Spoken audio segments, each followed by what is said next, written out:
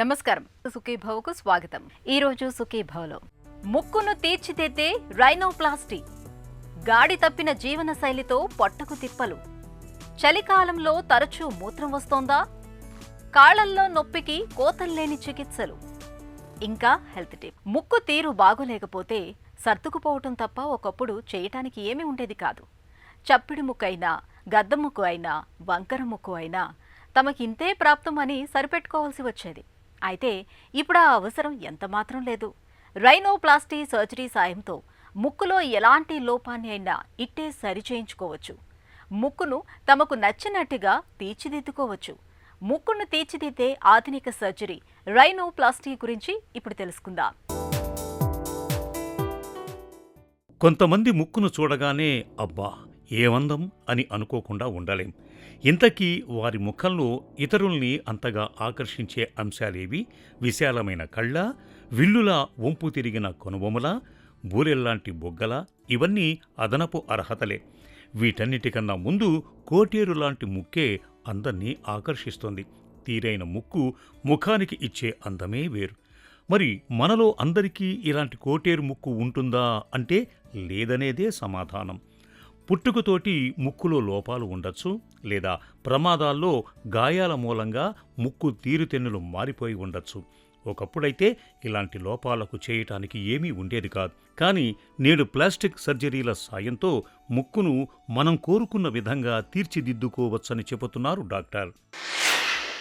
Rhinoplasty అనేది జనరల్గా మన ముక్కుకి సంబంధించిన ఒక ఆపరేషన్ అనమాట. దీనిలో మన కొన్ని ఇంప్రూవ్మెంట్స్ అంటే కాస్మెటిక్గా ఇంప్రూవ్మెంట్ కావడానికి, అంటే ముక్కు షేప్ని కానీ సైజ్ని కానీ మార్చడానికి, లేదు అంటే కొన్ని రకాలైన ఫంక్షనల్ ప్రాబ్లమ్స్ అంటే బ్రీతింగ్ ఇష్యూస్ లాంటివి ఏమైనా ఉన్నట్లయితే వాటిని కరెక్ట్ చేయడానికి, కొన్నిసార్లు డిఫార్మిటీస్ ఉంటాయి అంటే కంజెనిటల్ పుట్టుకతో వచ్చిన ప్రాబ్లమ్స్ని కానీ, లేదు అంటే ట్రామాతో వచ్చిన ప్రాబ్లమ్స్ని కానీ, లేదు అంటే కొన్ని రకాలైన సిండ్రోమ్స్తో పాటు వచ్చే డిఫార్మిటీస్ని కరెక్ట్ చేయడానికి యూజ్ చేసే సర్జరీని రైనోప్లాస్టీ అని అంటాం.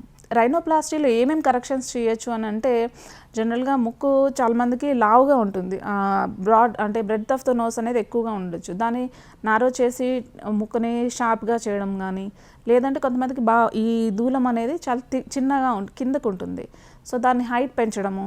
ఒక్కొక్కసారి హైట్ ఎక్కువ ఉందంటే గద్ద ముక్కు అంటుంటారు కదా, అలా గద్ద ముక్కు ఉన్న వాళ్ళని హైట్ తగ్గించడము, లేదు అంటే టిప్ని షార్ప్ చేయడము. ఒక్కొక్కసారి అలా అంటే ఈ బేస్ దగ్గర లావుగా ఉంటే దాన్ని నారో చేయడం, ఇలాంటి కరెక్షన్స్ అన్నీ పాసిబుల్ ఉంటాయి అన్నమాట. దీంతోపాటు ఫంక్షనల్ ప్రాబ్లమ్స్ ఉన్నట్టయితే కనుక దీన్ని సెప్టోప్లాస్టీ ఇలాంటి కరెక్షన్స్ని కూడా కంబైన్ చేసి చేస్తాము. రైనోప్లాస్టీ ముక్కు ఆకృతిని మనం కోరుకున్నట్లుగా తీర్చిదిద్దే అత్యాధునిక ప్లాస్టిక్ సర్జరీ. గద్ద ముక్కు, చప్పిడి ముక్కు, గ్రహణం మొర్రి కారణంగా ముక్కు ఆకృతి బాగోలేకపోవటం, ప్రమాదాలు, వ్యాధుల కారణంగా ముక్కు ఆకృతిలో వచ్చే లోపాలు, వీటన్నిటినీ ఇవాళ రైనోప్లాస్టీ సర్జరీ చేయటం ద్వారా చక్కగా సరిచేయచ్చు. సాధారణంగా రైనోప్లాస్టీ సర్జరీలో ముక్కు ఎముకను సరైన పద్ధతిలో కట్ చేస్తూ ముక్కుకు మనం కోరుకున్న ఆకృతిని తీసుకొస్తారు. ముక్కు చివరి భాగం ఉబ్బినట్లుగా ఉన్నప్పుడు చివరన ఉండే కొవ్వు తొలగించటమో, లేదా అక్కడ మందంగా ఉన్న చర్మాన్ని పలుచన చేయటమో చేస్తారు. ఇక కృత్రిమ పదార్థాలను ఉపయోగించే పరిస్థితిలో సిలికాన్ లేదా పోరస్ మెటీరియల్స్ ఉపయోగిస్తారు. రైనోప్లాస్టీలో జనరల్గా 2 రకాలైన ఆపరేషన్ ఉంటాయి. అంటే ఇది క్లోజ్డ్ సర్జరీ ఉండొచ్చు, ఓపెన్ సర్జరీ అనేది ఉండొచ్చు అనమాట. క్లోజ్డ్ సర్జరీ అనేది చాలా కొన్ని రకాలైన ఆపరేషన్స్ అంటే కొన్ని రకాలైన కరెక్షన్స్కి మాత్రమే ఉపయోగపడుతుంది. ఫర్ ఎగ్జాంపుల్, వాళ్ళకి ఆల్రెడీ ఆపరేషన్ అయింది, ఒక చిన్న కరెక్షన్ కావాలి అలా అనుకున్న వాళ్ళకి కానీ, లేదు అంటే ఒక్కొక్కసారి ఒక ఇంప్లాంట్ అనేది పెట్టడం, ఇలాంటి వాటికి మాత్రమే పనికొస్తుంది. ఈ రకమైన క్లోజ్డ్ ఆపరేషన్లో ఏంటి అంటే ముక్కు లోపల ఉండే ప్రాంతంలో ఒక చిన్న కట్టించి దాని ద్వారా కరెక్షన్స్ చేయడం జరుగుతుంది. బట్ ఓపెన్ రైనోప్లాస్టీ అనేది ఏంటి అంటే దాన్ని మనం కంప్లీట్గా డీరూఫ్ చేసి, అంటే ముక్కు పై భాగాన్ని ఓపెన్ చేసి దాంతోపాటు రకరకాల కరెక్షన్స్ అనేవి చేయొచ్చు అనమాట. మీకైతే కనుక ఎక్కువ కరెక్షన్స్ అనేవి కావాలి, లేదు అంటే ఏదైనా కాంప్లికేటెడ్ కేసు అయినట్టయితే కనుక ఎక్కువగా మేము ఓపెన్ టెక్నిక్ని ప్రిఫర్ చేస్తుంటాం. సో మీరు రైనోప్లాస్టీ సర్జన్ని కలిసినప్పుడు ఏం జరుగుతుంది అంటే, మీకు ఆల్రెడీ ఉన్న స్కిన్ ఎలా ఉంది, దాని లోపల ఉన్న కార్టిలేజెస్ ఎట్లా ఉన్నాయి, సో ఇవన్నీ అసెస్ చేసిన తర్వాత మీకు జనరల్గా ఎంతవరకు దాన్ని షార్పెన్ చేయొచ్చు, ఎంతవరకు ఇంప్రూవ్ చేయొచ్చు అనేది చెప్తుంటారు అనమాట. సో మనకి రైనోప్లాస్టీలో ఉండే రిజల్ట్స్ ఎట్లా అంటే చాలా వరకు మనకు స్కిన్ ఉన్న క్వాలిటీ అనేది దాని మీద డిపెండ్ అవుతుంటుంది. ఫర్ ఎగ్జాంపుల్ మనకి లోపల స్ట్రక్చర్స్ అంటే కార్టిలేజెస్ అన్నీ చాలా బాగున్నాయి, స్కిన్ అనేది థిన్గా ఉంది అనుకోండి, మనకి లోపల చేసిన ఆపరేషన్ అనేది రిజల్ట్స్ చాలా బాగా కనిపిస్తూ ఉంటాయి. అదే కనుక ముక్కు చాలా థిక్గా ఉంది, లేదంటే సెబేషియస్గా ఉంది, అంటే మన most of the South Indian పేషెంట్స్లో ఎక్కువ మందికి సెబేషియస్ స్కిన్ అనేది ఉంటుందన్నమాట. ఇలా ఉన్నట్లయితే కనుక రిజల్ట్స్ అనేవి మీరు అనుకున్నంతగా అంటే మరీ టూ షార్ప్ నోస్ అనేది రావడం అనేది కుదరకపోవచ్చు. బట్ మీకు ఎలాంటి ముక్కు రావచ్చు, ఎంతవరకు షార్ప్ చేయడం కుదురుతుంది అనేది మీ డాక్టర్ గారితో డిస్కస్ చేసి ఒక రియలిస్టిక్ ఎక్స్పెక్టేషన్స్ వచ్చినప్పుడు మాత్రమే సర్జరీకి వెళ్ళడం అనేది బెటర్గా ఉంటుంది. రైనోప్లాస్టీ చేయించుకున్న తర్వాత ఆశించిన ఫలితం కనిపించటానికి కనీసం నెల రోజులైనా పడుతుంది. చర్మంలో పాత కణజాలం స్థానంలో కొత్త కణజాలం పుట్టుకురావటానికి కొంతకాలం పడుతుంది. ఆపరేషన్ తర్వాత వారం 10 రోజుల పాటు నోటితో గాలి పీల్చుకోవటం, వ్యాజ్లైన్ ప్యాక్స్ పెట్టుకోవటం వంటి జాగ్రత్తల్ని ఖచ్చితంగా పాటిస్తే నొప్పి, వాపు క్రమంగా తగ్గుముఖం పడతాయి. ఎరుపుదనం కూడా క్రమంగా తగ్గిపోతూ ముక్కు ఆకృతిలో మనం ఆశించిన మార్పులు కనిపించటం మొదలవుతాయి. వీళ్ళని చూడండి, ఆపరేషన్కు ముందు, ఆపరేషన్కు తర్వాత. పోస్ట్ ఆపరేటివ్ కేర్ అంటే సర్జరీ అయిపోయిన తర్వాత కొన్ని రోజులు, ఒక 1 వీక్ to 10 days వరకు కొద్దిగా ముక్కు దగ్గర కానీ ఆ పక్కనున్న కళ్ళ దగ్గర, చీక్స్ దగ్గర కొంచెం స్వెల్లింగ్ ఉండడము, కొద్దిగా బ్రూజింగ్ ఉండడం అనేది ఉంటుంటాయి. సో వాటిని తగ్గించడానికి ఐస్ ప్యాక్స్ అనేవి రికమెండ్ చేస్తుంటాం. అలాగే దాంతోపాటు కొద్దిగా హెడ్ని అప్ చేసుకోవడము స్వెల్లింగ్ తగ్గించడానికి, అలాగే తీసుకునే ఫుడ్ని సాఫ్ట్ డైట్ తీసుకోవడము, ఇలాంటివన్నీ ఇంపార్టెంట్ అనమాట. దాంతోపాటు సర్జరీ అయిన కొన్ని రోజుల వరకు స్పెక్టకిల్స్, హెవీగా ఉండే స్పెక్టకిల్స్ పెట్టుకోకపోవడం, మరి ముందుకు ఎక్కువగా బ్లీడింగ్ అయ్యేంత వరకు ముందుకు వంగకుండా ఉండడము, సాఫ్ట్ డైట్ తీసుకోవడము, ఏమైనా తుమ్మినప్పుడు కానీ దగ్గినప్పుడు కానీ కొంచెం కేర్ఫుల్గా ఉండి నోరు తెరిచి తుమ్మడం, ఇట్లాంటి ప్రికాషన్స్ అనేవి తీసుకోవాల్సి ఉంటుంది. జనరల్గా మేజర్ సైడ్ ఎఫెక్ట్స్ అనేవి రైనోప్లాస్టీలో ఉండదు. This is a safe and regular procedure. So కానీ కొన్నిసార్లు ఎట్లా అంటే బ్లీడింగ్ ఎక్కువ అవ్వడము, ఒక్కొక్కసారి ఇన్ఫెక్షన్ రావడము, లేదు అంటే సెప్టల్ ఆబ్సెస్ అంటే మొక్కలో ఉండే సెప్టంలో కొన్ని చిన్న బ్లడ్ క్లాట్లా అవడం కానీ, దానికి పర్ఫొరేట్ అవ్వడం కానీ, రేర్గా ఒక్కొక్కసారి ఆ పార్ట్ ఆఫ్ ద నోస్ కొంచెం నంబుగా అవ్వడము, ఒక్కొక్కసారి ఏంటంటే మేము చేసిన సర్జరీ అనేది మీకు నచ్చకపోవడం, మీ ఎక్స్పెక్టేషన్స్ వేరే ఉండడము, మేము చేసిన సర్జరీ అనేది నచ్చకపోవడం జరగచ్చు. సో దాన్ని ప్రివెంట్ చేయడానికి ఎట్లా అంటే డాక్టర్ గారితో మీరు ఏది సర్జరీ వల్ల మీకు ఎలాంటి నోస్ అనేది రావచ్చు, ఏ ఇంప్రూవ్మెంట్స్ పాసిబుల్ అనేది ముందే డిస్కస్ చేయడం అనేది చాలా అవసరం అన్నమాట. అందాన్ని పెంచే కాస్మెటిక్ సర్జరీలకు ఎప్పుడూ కొన్ని పరిమితులనేవి తప్పనిసరిగా ఉంటాయి. రైనోప్లాస్టీ సర్జరీ కూడా ఇందుకు మినహాయింపేమీ కాదు. ముఖ్యంగా 15 ఏళ్లలోపు పిల్లలకు ఎట్టి పరిస్థితుల్లోనూ రైనోప్లాస్టీని చేయకూడదు. పిల్లల్లో ఎదుగుదల ఇంకా పూర్తి అవ్వకపోవటం వల్ల ఆపరేషన్ తర్వాత తిరిగి ముక్కు ఆకృతి చెడిపోయే అవకాశాలు ఉంటాయి. అలాగే రైనోప్లాస్టీ చేయించుకుంటే ముక్కు ఆకృతి ఏకమొత్తంగా మారిపోతుందని ఆశించకూడదు. సర్జరీ తర్వాత ఫలితాల గురించి డాక్టర్తో సమగ్రంగా చర్చించి సంతృప్తి చెందిన తర్వాత మాత్రమే రైనోప్లాస్టీపై నిర్ణయం తీసుకోవటం మంచిది. ఇవాళ మన జీవనశైలి పూర్తిగా గాడి తప్పింది. ఆహారపు అలవాట్లు పూర్తిగా మారిపోయాయి. ఏం తింటున్నామో, ఎలా తింటున్నామో తెలియటం లేదు. పొట్టను చెత్తకుప్పలా మార్చేస్తున్నాం. పొగ తాగుతున్నాం, మద్యం పుచ్చుకుంటున్నాం, రాత్రిళ్ళు పొద్దుపోయాక తింటున్నాం, ఒత్తిడి, ఆందోళనతో సతమతమవుతున్నాం. ఇవన్నీ మన ఆరోగ్యం పైన, ముఖ్యంగా మన పొట్టపైన చాలా తీవ్రమైన ప్రభావాన్ని చూపిస్తున్నాయి. పొట్టలో సమస్యల తాకిడి చాలా వరకు మన జీవనశైలినే కారణంగా చెబుతారు డాక్టర్లు. గాడి తప్పిన జీవనశైలితో పొట్టకు వచ్చే చిక్కుల గురించి ఇప్పుడు తెలుసుకుందాం. మన ఆహారం అనేది సరైన తీరు అలాగే బ్యాలెన్స్డ్ డైట్ లేకపోతే దీనివల్ల వచ్చే సమస్యలు కడుపులో అల్సర్స్ అంటే పెప్టిక్ అల్సర్ డిసీజ్, అలాగే గ్యాస్ట్రోఇసోఫేజియల్ రిఫ్లెక్స్ డిసీజ్ అంటే కడుపులో ఉన్న యాసిడ్ పైకి ఎగదనటం, ఫ్యాటీ లివర్ డిసీజ్ అంటే లివర్లో ఫ్యాట్ ఎక్కువగా చేరటము, ఇలాంటివి వస్తూ ఉంటాయండి. కామన్గా చూసే అలవాట్లు ఏంటంటే అండి మద్యపానం, ధూమపానం అంటే ఆల్కహాల్, స్మోకింగ్ అనేవి మనం కామన్గా చూస్తూ ఉంటాం. సో వీటి వల్ల వచ్చే గ్యాస్ట్రో ప్రాబ్లమ్స్ ఎక్కువగానే ఉంటాయండి. సో ఎగ్జాంపుల్ ఏంటంటే అండి ఆల్కహాల్ వల్ల వచ్చే కొన్ని కండిషన్స్ ఏంటంటే ఆల్కహాల్ మెయిన్గా మన లివర్ని అలాగే ప్యాంక్రియాస్ని ఎఫెక్ట్ చేస్తుంది. అంటే లివర్ అంటే కాలేయం, ప్యాంక్రియాస్ అంటే క్లోమగ్రంథి అంటామండి. సో వీటి మీద పడే ప్రభావం అనేది ఆల్కహాల్ వల్ల ఎక్కువగా కనిపిస్తూ ఉంటుంది. కడుపుకు సంబంధించిన ఆరోగ్యం చూస్తే అండి మెయిన్గా మనకి 3 సూత్రాలు ఉంటాయండి. ఒకటి ఏంటంటే డైట్ అండి. సో డైట్ విషయానికి వస్తే అండి మనం బ్యాలెన్స్డ్ డైట్ అనేది తీసుకోవాలి. బ్యాలెన్స్డ్ డైట్ అంటే అందులో కార్బోహైడ్రేట్స్, ఫ్యాట్, ప్రోటీన్స్, అలాగే విటమిన్స్, మినరల్స్ అనేవి సరైన ప్రపోర్షన్లో మనం తీసుకోవాలి. సో టైం ఆహారం అనేది తీసుకోవాలి. సో టైం అనేది చాలా important. So irregular time food తీసుకోవటం వలన, అలాగే ఇంబ్యాలెన్స్ అంటే బ్యాలెన్స్డ్ డైట్ కాకుండా ఎక్కువ జంక్ ఫుడ్స్ తీసుకోవటం వల్ల గ్యాస్ట్రిక్ సమస్యలు అనేటివి మనం ఎక్కువగా చూస్తూ ఉంటాం. సో నెక్స్ట్ ఏంటంటే అండి ఎక్సర్సైజ్. సో ఎక్సర్సైజ్ అనేది చాలా ఇంపార్టెంట్. వ్యాయామం అనేది చాలా ఇంపార్టెంట్. మామూలుగా WHO గైడ్లైన్స్ చూసినా, వేరే ఏ అసోసియేషన్ గైడ్లైన్స్ చూసినా వారానికి 150 మినిట్స్ వ్యాయామం అనేది ఖచ్చితంగా చేయాలి. అది మినిమం అనమాట. ఇంకా ఎక్కువ చేసినా పర్లేదు, బట్ వారానికి 150 మినిట్స్ వ్యాయామం అనేది ఖచ్చితంగా చేయాలి. సో ఈ వ్యాయామం అనేది మోస్ట్లీ ఏరోబిక్ ఎక్సర్సైజెస్ రూపంలో మనము చేయాల్సి వస్తుంది.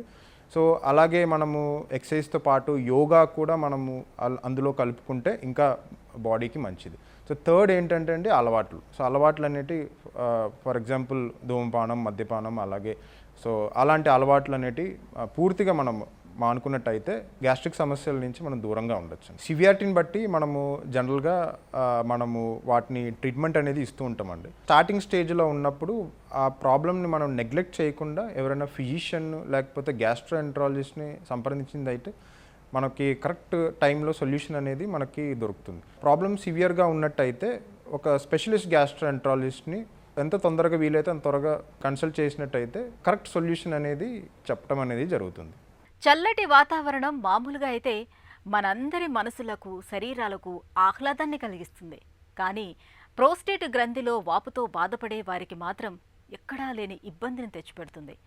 ప్రోస్టేట్ గ్రంథిలో వాపు ఉన్నప్పుడు సహజంగానే ఎక్కువసార్లు మూత్రానికి వెడుతూ ఉంటారు. అలాంటిది చలికాలంలో చల్లటి వాతావరణంలో మూత్రగండాలు మరింతగా పెరుగుతూ ఉంటాయి. చాలా తరచుగా మూత్రానికి వెళ్లాల్సి వస్తూ ఉంటుంది. ప్రోస్టేట్ గ్రంథిలో వాపుతో బాధపడే వ్యక్తులు చలికాలంలో జీవనశైలిలో ఎలాంటి జాగ్రత్తలు తీసుకోవాలో ఇప్పుడు తెలుసుకుందాం. వయసు పెరిగే కొద్దీ ప్రోస్టేట్ గ్రంథి పరిమాణం పెరగడంతో తరచూ మూత్రానికి వెళ్లాల్సి వస్తుంటుంది. చలికాలంలో ఈ బాధలు మరింత ఎక్కువగా ఉంటాయి. రాత్రిపూట 2-3 సార్లు, కొందరైతే 5-6 సార్లు మూత్రానికి లేవవలసి వస్తుంది. దాంతో నిద్రకు బాగా ఆటంకం కలుగుతుంది. ఈ నేపథ్యంలో శీతాకాలంలో కొన్ని ప్రత్యేక జాగ్రత్తలు తీసుకోవటం ద్వారా అతిమూత్రం బాధల్ని తగ్గించుకోవచ్చు. ముఖ్యంగా రాత్రిపూట నీళ్లు సాధ్యమైనంత తక్కువగా తాగాలి. సాయంత్రం 4-5 గంటల నుంచే నీళ్లు తాగడాన్ని బాగా తగ్గించుకోవాలి. రాత్రి భోజన సమయంలోనూ వీలైనంత తక్కువగా నీళ్లు తాగడం మంచిది. ఆహారంలో ద్రవాహారాల్ని తక్కువగా తీసుకోవాలి. చల్లటి పదార్థాల్ని, పాలు, పెరుగు వంటి వాటిని తీసుకోకపోవడమే మంచిది. ఒంట్లో నీటి శాతాన్ని తగ్గించే డైయూరెటిక్ మందులు వాడుతున్నట్లయితే వాటిని నిత్యం తప్పనిసరిగా వేసుకుంటూ ఉండాలి. వాతావరణం చల్లగా ఉన్నా, ఏసీ వేసుకున్నా మూత్రం ఎక్కువగా వచ్చే అవకాశం ఉంటుంది. కాబట్టి పడుకునే గదిలో కాస్తంత వెచ్చదనం ఉండేలా చూసుకోవాలి. ఈ జాగ్రత్తలు చలికాలంలో ప్రోస్టేట్ బాధల నుంచి మంచి ఉపశమనాన్ని కలిగిస్తాయి. ఎక్కువ దూరం నడిచినప్పుడు, ఎక్కువ గంటలు ప్రయాణం చేసినప్పుడు, గంటల తరబడి కుర్చీలో కూర్చొని పనిచేసినప్పుడు కాళ్లు నొప్పి పెట్టడం మనలో చాలామందికి అనుభవమే. అయితే ఎక్కువ దూరం నడవకున్నా, ప్రయాణాలు చేయకున్నా కాళ్లలో అస్తమానం నొప్పి బాధిస్తూ ఉంటే అందుకు ఖచ్చితంగా డయాబెటిక్ ఫుట్ మొదలుకొని వెరికోజ్ వీన్స్, డీవీటీ జబ్బు వరకు ఏదో ఒకటి కారణంగా ఉండే అవకాశం ఉంటుంది. ఇలాంటి సమస్యలకు ఒకప్పుడైతే పెద్దగా కోతలు పెట్టి సర్జరీలు చేయాల్సి వచ్చేది. అయితే ఆధునిక ఇంటర్వెన్షనల్ రేడియోలాజికల్ ప్రొసీజర్స్ ద్వారా ఇవాళ కోతలు లేకుండానే సులువుగా వైద్యం చేస్తున్నారు. కాళ్లల్లో నొప్పికి కారణమయ్యే జబ్బులకు కోతలు లేని చికిత్సల గురించి డాక్టర్ని అడిగి ఇప్పుడు తెలుసుకుందాం. కాళ్లల్లో నొప్పిని తెచ్చిపెట్టే జబ్బులేంటి? పేషెంట్స్ ఈ మధ్యన ఎక్కువగా అంటే మనకి కాళ్ళ నొప్పులతో ప్రజెంట్ చేస్తారు. సో అన్ని కాళ్ళ నొప్పులు ఒకటే రీజన్ కాదు. సో ఏజ్ వైజ్గా ఉంటుంది, వాళ్ళు ఉండే వెయిట్ కానీ లేకపోతే వాళ్ళు చేసే పనులను బట్టి కానీ సో లెగ్ పెయిన్స్ అనేది ఉంటాయి. సో మనకి కామన్గా ఇప్పుడు వినిపించేది ఏంటంటే వ్యారికోస్ వెయిన్స్ అనేది. వ్యారికోస్ వెయిన్స్ అనేది ఏంటంటే రక్తనరాలకు సంబంధించి. అట్లానే peripheral arterial disease. Peripheral arterial disease అనేది డయాబెటిక్ ఫుట్ అని కూడా అంటాం. అంటే యూజువల్లీ వాళ్ళలో ఎక్కువగా వస్తుంది కాబట్టి. సో పెరిఫెరల్ ఆర్టీరియల్ డిసీజ్ అనేది కూడా రక్తనరాలకు సంబంధించి. దాని తర్వాత వచ్చేసి డీవీటీ. అంటే ఈ పెరిఫెరల్ ఆర్టీరియల్ డిసీజే కానీ వ్యారికోస్ వెయిన్స్ కానీ బ్లడ్ అనేది ఫ్లో రిలేటెడ్. తర్వాత డీవీటీ వచ్చేది ఏంటంటే బ్లడ్ అనేది గడ్డగట్టడం. సో బ్లడ్ అనేది మూమెంట్ లేకుండా ఉండడం వల్ల డీవీటీ అంటాము. సో దాని తర్వాత ఇంకా రెగ్యులర్గా చాలామంది పెయిన్స్ కంప్లైంట్ చేసేది ఏంటంటే జాయింట్ రిలేటెడ్ పెయిన్స్. అది ఆస్టియోఆర్థరైటిసే కానీ నీ రిలేటెడ్ పెయిన్సే కానీ వీటిని పెయిన్స్ అంటాం. సో జనరల్గా ఏంటంటే పేషెంట్ అన్నిటికీ కాళ్ళలో నొప్పి అనే వస్తారు. సో మనం దాన్ని ఏ పెయిన్ అనేది మనం తెలుసుకోవాల్సి ఉంటుంది. అంటే దానికి రిలేటెడ్గా వాళ్ళ హిస్టరీ తీసుకొని స్కాన్స్ చేసి పెయిన్ ఏ విధంగా అనేది మనం తెలుసుకోవాల్సి ఉంటుంది. పెరిఫెరల్ ఆర్టరీ డిసీజ్కి చికిత్స ఎలా ఉంటుంది? పెరిఫెరల్ ఆర్టీరియల్ డిసీజ్ ట్రీట్మెంట్ అనేది స్మోకింగ్ ఆపేయాలి, షుగర్ కంట్రోల్లో తెచ్చుకోవాలి, అండ్ కొలెస్ట్రాల్ అనేది మెయింటెనెన్స్ చేయాలి. సో ఇవి మెయిన్గా మనకి ఇనిషియల్ స్టేజెస్లో చేస్తే చాలా వరకు విత్ మెడికేషన్ మనం చాలా వరకు మేనేజ్ చేసుకోవచ్చు. బట్ ఆ స్టేజ్ కూడా అయిపోయింది, ఇన్స్పైట్ ఇవన్నీ చేసిన తర్వాత కూడా పేషెంట్ ఈ నొప్పులు అనేది ఇంకా ఎక్కువ అవుతుంది అండ్ కాళ్ళలో పుండ్లు కూడా తయారవుతాయి. ఇది నెగ్లెక్ట్ చేసినప్పుడు కాళ్ళలో పుండ్లు తయారై బ్లడ్ ఫ్లో అనేది మొత్తానికే ఆగిపోతే ఇంకా కాళ్ళు ఎండిపోవడం, అంటే కాళ్ళలో టిప్స్ పుండ్లు మానకపోవడము, తర్వాత ఆ పాదంలో ఆ ఫింగర్స్లో డ్రైనెస్ రావడము, డ్రాప్ అయిపోవడం, అంటే నల్లగా తయారై ఎండిపోయి ఊడిపోవడం కూడా జరుగుతూ ఉంటుందన్నమాట. సో ఆ స్టేజ్ అలాంటిది వచ్చినప్పుడు మాత్రం ఇంకా నెగ్లెక్ట్ చేయడం అంతవరకు కూడా వెళ్లకుండా డెఫినెట్గా యాంజియోప్లాస్టీస్ అనేది చేయాలి. అంటే ఏదైతే బ్లడ్ వెజల్స్ మూసుకుపోయాయో వాటిని గుండెకి ఎలా అయితే రక్తనాళాలు మనం ఓపెన్ చేసి స్టంట్ వేస్తామో అలానే ఈ కాళ్ళలో కూడా యాంజియోగ్రామ్ చేసి ఎక్కడైతే మూసుకుపోయిందో వాటికి బెలూన్ పెట్టి ఓపెన్ చేయడమే కానీ స్టంట్స్ వేయడమే కానీ చేయాల్సి ఉంటుంది. ఒక్కోసారి హెవీ క్యాల్సిఫికేషన్ ఉంటుంది, అంటే ఆ రక్తనరాల్లో ఆ క్యాల్సిఫికేషన్ అంటే ఈ కొలెస్ట్రాల్ డిపాజిషన్ వల్ల బ్లాక్స్ అయిపోతాయి. సో వీటిని డ్రిల్ చేసి ఓపెన్ కూడా చేయాల్సి ఉంటుంది, ఎందుకంటే అవి హార్డ్గా ఉంటాయి. స్టంట్ వేసినప్పుడు కానీ బెలూన్ వేసినప్పుడు కానీ అవి ఓపెన్ కాకపోవచ్చు. సో అలాంటప్పుడు మనం ఈ ఒక డ్రిల్ ఆఫ్ ఎథెరెక్టమీ డివైస్ అని ఉంటుంది, డ్రిల్ చేస్తూ వాటిని సక్అవుట్ చేసేస్తాం అనమాట, ఓపెన్ అనేది క్లియర్ చేస్తాము. ఒక్కోసారి ఈ హెవీ క్యాల్సిఫికేషన్ ఉండడం వల్ల చాలా వరకు మూసుకుపోవడం వల్ల పెద్ద యాంజియోగ్రామ్ ద్వారా యాంజియోప్లాస్టీ ద్వారా పెద్ద హెల్ప్ అవ్వకపోవచ్చు. సో అలాంటప్పుడు బైపాస్ సర్జరీ అనేది చేయాల్సి ఉంటుంది. కాళ్లలో ఉబ్బిన సిరలకు కోత లేకుండా ఎలా చికిత్స చేస్తారు? బ్లడ్ అనేది కిందికి రాకపోవడం అనేది పెరిఫెరల్ ఆర్టీరియల్ డిసీజ్. వచ్చిన బ్లడ్ పైకి వెళ్ళకపోవడము అంటే వెయిన్స్ అంటాం దీన్ని. సో బ్లడ్ పైకి వెళ్ళకుండా అలా నిల్చుండిపోతే దాన్ని బ్లడ్ వెజల్స్ అనేది బల్జ్ అవుట్ అవుతాయి. అయినప్పుడు ఆ వ్యారికోజ్ వెయిన్స్ అనేది రక్తనరాలు మనకి ఉబ్బి బయట కాళ్ళలో కనిపిస్తూ ఉంటాయి. సో వీటిని వ్యారికోజ్ వెయిన్స్ అంటారు. వీనస్ డాప్లర్ స్కాన్ అనేది చేస్తాము ఆర్ ఎంఆర్ఐ అనేది చేస్తాము. సో చేసినప్పుడు ఈ వాల్వ్ అనేది పనిచేయట్లేదు అనేది మనకు తెలుస్తుంది. సో వీటికి ట్రీట్మెంట్ ఆప్షన్స్ ఏమున్నాయి? లేజర్ ట్రీట్మెంటే కానీ తర్వాత గ్లూ ట్రీట్మెంటే కానీ చేస్తున్నాము. సో ఈ లేజర్ ట్రీట్మెంట్లో ఏంటంటే మనము ఆ రక్తనరం ద్వారా ఏదైతే ఉబ్బాయో వాటిలో మనకు ఒక గ్లూకోజ్ లైన్ లాంటిది ఐవి లైన్ పెట్టేసి దాంట్లో లేజర్ అనేది మన వెంట్రుక మందంగా ఉంటుంది, అది పాదం దగ్గర నుంచి కాలు పై వరకు పంపించి ఆ చెడు రక్తాన్ని తీసేసి ఈ లేజర్ ట్రీట్మెంట్ చేస్తాం. చేయడం వల్ల ఆ బ్లడ్ వెజల్స్ అనేది సీల్ అయిపోతాయి, బ్లడ్ ఫ్లో ఆ స్టోరేజ్ అనేది దాంట్లో ఉండదు, నిలువ అనేది ఉండదు, అండ్ వేరే రక్తనరాలు ఉంటాయి వాటిలో ఫ్లో అనేది మెయింటైన్ అవుతూ ఉంటుంది. గ్లూ ట్రీట్మెంట్, సో దీంట్లో ఏంటంటే ఈ గ్లూ ట్రీట్మెంట్లో మనకు ఒక కైండ్ ఆఫ్ అడిహెసివ్ మెటీరియల్, అంటే ఒక థిన్ పేస్ట్ లైక్ మెటీరియల్ ఏంటంటే ఆ నరాల్లో మనము పెట్టేసి అంటే దాంట్లో ఇంజెక్ట్ చేస్తాం. ఇంజెక్ట్ చేసినప్పుడు ఆ నరాలు అనేది సీల్ అయిపోతాయి. సో ఇది కూడా సేమ్ లేజర్ ట్రీట్మెంట్ లాగానే, కాకపోతే అక్కడ లేజర్ బదులు ఇక్కడ మనం గ్లూ అనేది యూజ్ చేస్తాం. కాళ్లలో రక్తపు గడ్డల్ని తెచ్చిపెట్టే డీవీటీకి చికిత్స ఎలా ఉంటుంది? వ్యారికోస్ పేషెంట్స్లో ఏమవుతుందంటే బ్లడ్ ఫ్లో అనేది స్లో అవ్వడం వల్ల దాన్ని నెగ్లెక్ట్ చేస్తే స్లోగా బ్లడ్ క్లాట్ అయిపోతుంది, దాన్ని డీవీటీ అంటాము.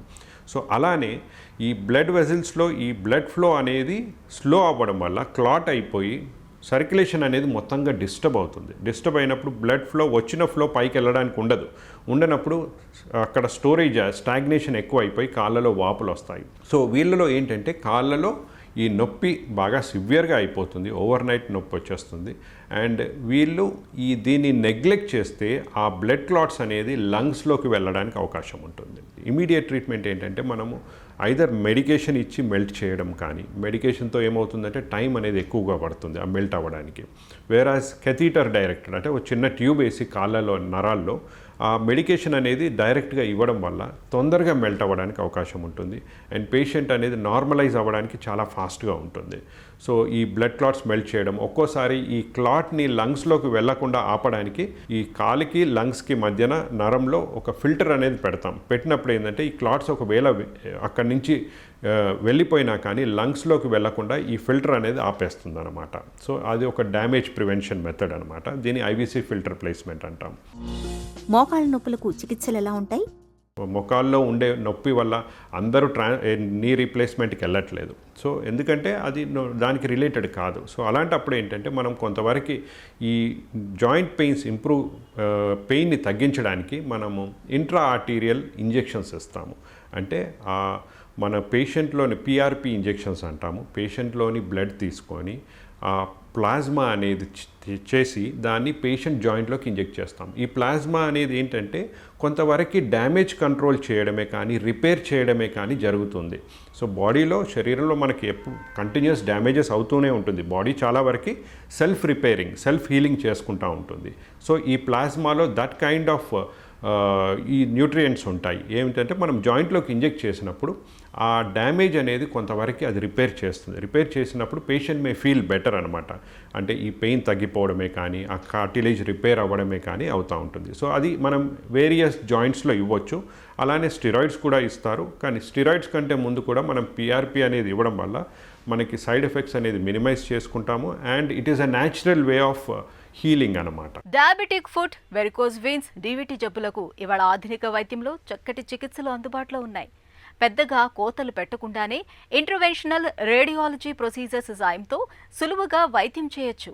ఇక ఈ రోజు కార్యక్రమాన్ని ముగించే ముందు ఒక చిన్న చిట్కా మీకోసం. చలికాలంలో వేధించే సైనస్ బాధల నుంచి ఉపశమనం కోసం నీళ్లల్లో కాస్త పసుపు, వేపాకును వేసి బాగా మరిగించి ఆపై ముఖానికి ఆవిరి పట్టండి. సైనస్ బాధల నుంచి మంచి ఉపశమనం దొరుకుతుంది.